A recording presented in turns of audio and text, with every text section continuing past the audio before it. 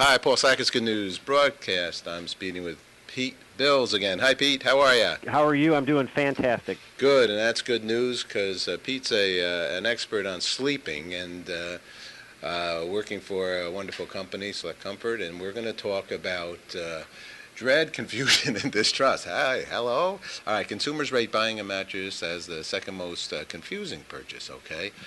People buy mattresses all the time, right? They get rid of what they have, or they're looking for a new, better, and wonderful sleep. There's some tips now that Pete's going to give us in purchasing a mattress. So what do we have, Pete? Well, one of the biggest mistakes people have is because they dread it so much is they put it off too much. And the mattress is not something that should be put off. It's the most used and arguably the most important piece of furniture in your entire house. And to put it in perspective, the life expectancy in the United States right now is nearing 80. And you'll spend about 24 years of that 80 years lying in a bed trying to get a good night's sleep. Mm-hmm. And the quality of the sleep that you get lying in that bed will absolutely have a profound effect on how you feel while you're awake, the 16 hours of the day that you're awake. So the mattress is not only a piece of furniture, but it's an important health tool that really impacts sleep and daytime functioning. And so it is a major investment, but you really, really need to spend some time getting one and don't put it off. Actually, probably when you put it into the big perspective and the big picture here, Pete, it's probably, I mean, it's probably not a major finance, even no matter what the cost is. It's not 50,000. It's not 30, or you know what I mean. That's right, but the consequences could be that expensive. That's what I usually say. So one of the biggest questions people ask me, well, how do I know I need a new bed? Because people really don't have. There's not a rule book to say that. So I usually say, if you're waking up in the morning now and you have aches and pains or stiffness that you didn't used to have, it could be the mattress. Or better yet, if you go to bed at night and you feel better at night than you do in the morning, then obviously your mattress is not contributing to a great night's sleep. If you're tossing and turning excessively, if you wake up and your arms are asleep, you know, that numbness, that tingling feeling, or your legs fall asleep, that's another thing to look for.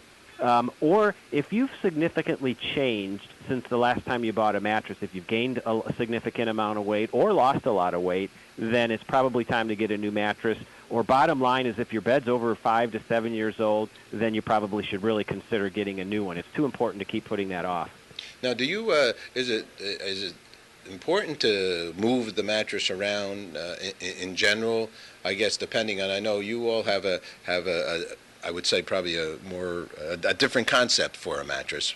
But say let's first talk about a more traditional one. Are you supposed to flip it? You're supposed to go top to bottom in that routine? Yeah, if you look at the choices that are available, most people are still buying an innerspring mattress. And while you don't have to flip those anymore, you should still rotate them. And so there is some maintenance there.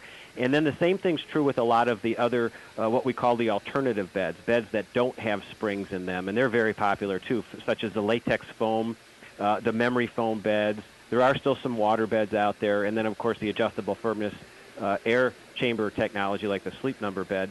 Some of those need maintenance. Some don't. So that's one of the things you want to look at. If you happen to have back issues or you're not comfortable moving a heavy mattress around, then that should be one of the things you consider and ask about when you buy a new mattress. It's one of the things that we recommend that you actually look into. But a lot of mattresses still need to be rotated so that they wear out unevenly on side to side. Explain to us the principle on the Select Comfort.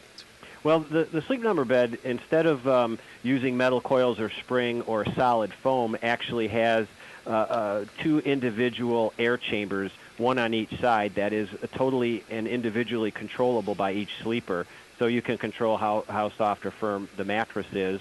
And that's one of the things that is very important to couples. We know that 9 out of 10 couples, when they go shopping for a mattress, prefer a different firmness or sometimes even a different type of mattress altogether because they're so different in size.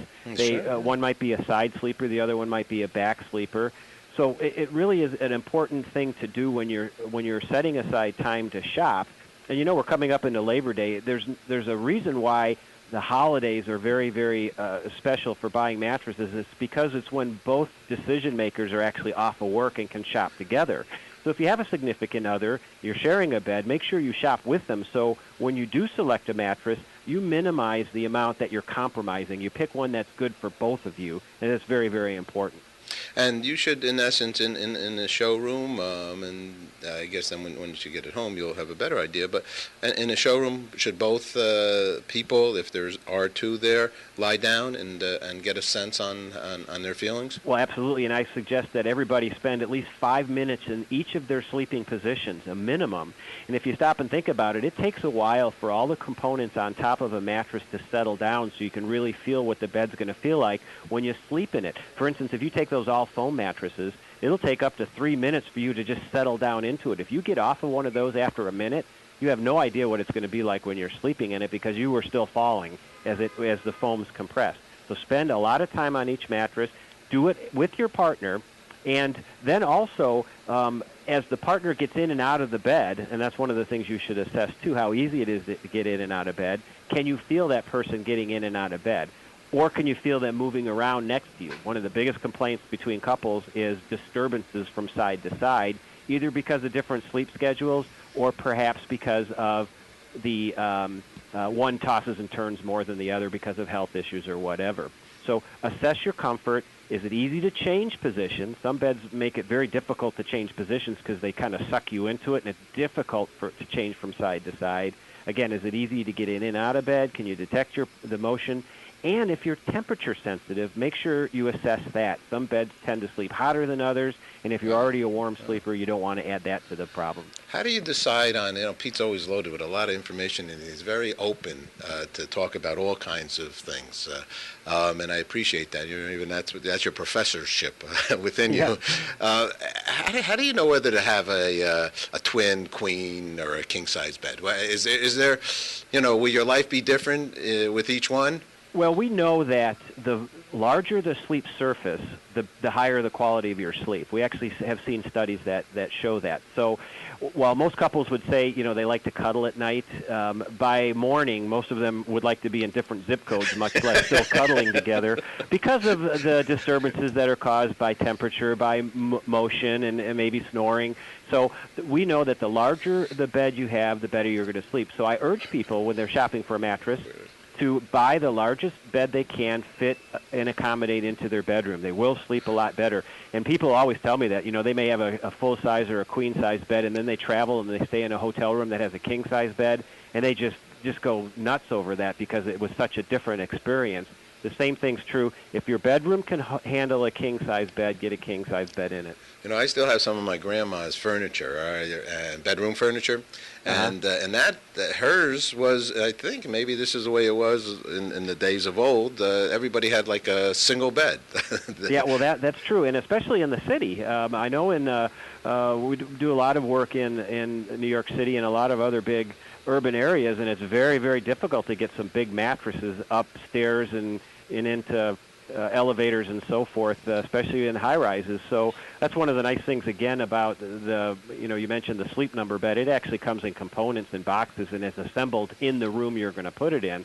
So it's got a big advantage for areas that have a hard time getting big beds up into small spaces. And that old concept of, in essence, my grandparents had two different beds, two different headboards, and I kind of sort of recollect that being the way it kind of was. So probably when, the history of your own company, probably when somebody said, well, why don't we just make a bed that sort of could be different on both sides? It is. In fact, we have reviewed very significant surveys lately that show that in the U.S. now, almost 1 in 4 couples sleep in different beds because they can't agree, or they even sometimes in different bedrooms. And one of the biggest trends in home building now are 2 master bedrooms because of these incompatibilities. And again, we don't think that's a very good idea. It's not particularly healthy for a union. So it's important that you do spend time together in the bed. And if the bed is what's separating you, then you really should consider getting a new bed. Interesting stuff. Pete, anything else you want to share at this moment? And I look forward always to speak with you. Maybe you have the next time you're always coming up with something. Yeah, well, bottom line is, again, it is the most important piece of furniture in the house. You really should assess yours. Don't put it off. Too many people put off a mattress purchase because it's difficult. But if you just take a couple of these tips and and go out and spend your time doing it, you'll be better off. And one last thing, when you do go to buy a mattress, make sure you can return or exchange it in case you do make a mistake. And good retailers will gladly exchange the bed or let you return it if you do make that mistake. So just make sure that you do that, and you'll be well off.